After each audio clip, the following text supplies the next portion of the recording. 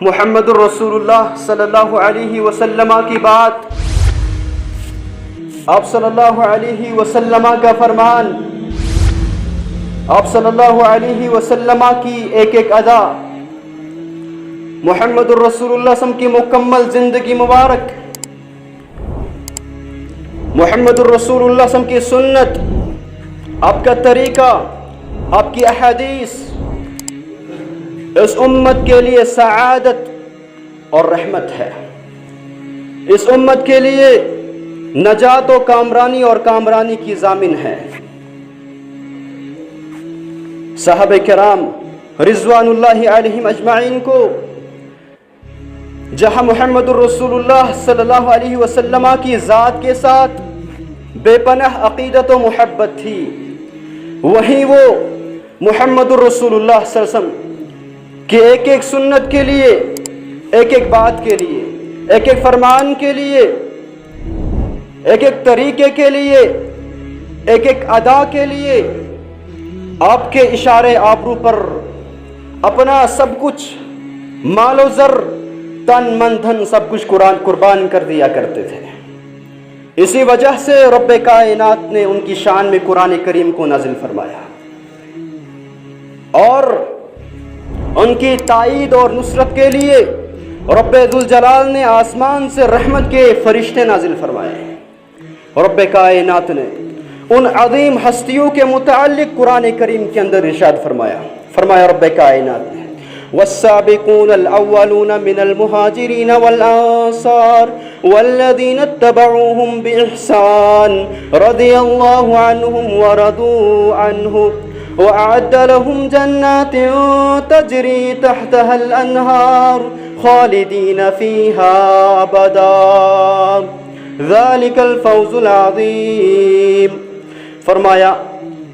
وہ صحابہ کرام انصار و مہاجرین میں سے جنہوں نے سبقت لی ایمان لانے میں، جنہوں نے سبقت لی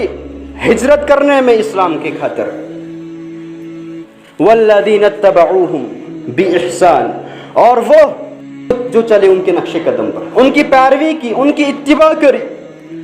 فرمایا رب کائنات نے انہی سے رب العالمین راضی ہوا، اور وہ اللہ سے راضی ہو گئے، اور جب اللہ راضی ہو گیا کیا اعلان فرمایا؟ وَأَعَدَّ لَهُمْ جَنَّاتٍ تَجْرِي تَحْتَهَا الْأَنْهَارُ، رب کائنات نے ان لوگوں کے لیے جنت تیار کر کے رکھی ہیں جس کے نیچے نہریں جاری ہیں، خالدین فیہا ابدا، وہ اس میں ہمیشہ کے لیے رہیں گے، ذالک الفوز العظیم، اور یہی سب سے بڑی کامیابی ہے۔ انہی صحابہ کرام رضوان اللہ علیہم اجمعین کے متعلق رب کائنات نے قرآن مقدس کے اندر فرمایا وَقُولَ وَعَدَ اللَّهُ الْحُسْنَى، کہ رب کائنات نے ان تمام صحابہ کرام رضوان اللہ علیہم اجمعین سے اچھائی کا وعدہ کیا ہے، جنت کا وعدہ کیا ہے، لیکن یہ وعدہ، یہ گارنٹی، یہ جنت کا وعدہ ان صحابہ کرام رضوان اللہ علیہم اجمعین کو بس یوں ہی حاصل نہیں ہو گیا تھا۔ یہ وعدہ، یہ گارنٹی اللہ کی رضامندی انہیں اس وجہ سے حاصل ہوئی تھی کہ انہوں نے محمد الرسول اللہ صلی اللہ علیہ وسلم کی ایک ایک بات کے لیے، ایک ایک فرمان کے لیے آپ صلی اللہ علیہ وسلم کے اشارے آبرو پر اپنا سب کچھ قربان کر دیا تھا، اسی لیے رب کائنات نے ان کی شان میں قرآن کریم کو نازل فرمایا۔ آج ہم حیثیت مسلمان پوری دنیا کے اندر صرف اور صرف اس وجہ سے ذلیل و خوار ہے، اس وجہ سے مظلوم ہے، اس وجہ سے مغلوب ہے کہ ہم نے صرف محمد الرسول اللہ صلی اللہ علیہ وسلم کے طریقے کو ہی نہیں چھوڑا ہے، بلکہ ہم نے محمد الرسول اللہ صلی اللہ علیہ وسلم کے واضح اور صریح حکموں کی مخالفت کی ہے۔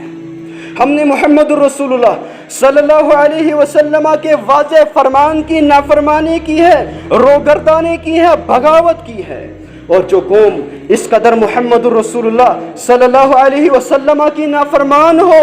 کہ اسے پیغمبر صلی اللہ علیہ وسلم کے حکموں کی کوئی پرواہ تک نہ ہو، اس قوم پر رحمت نازل نہیں ہوتی ہے، اس قوم پر رب ذوالجلال طرح طرح کے عذاب،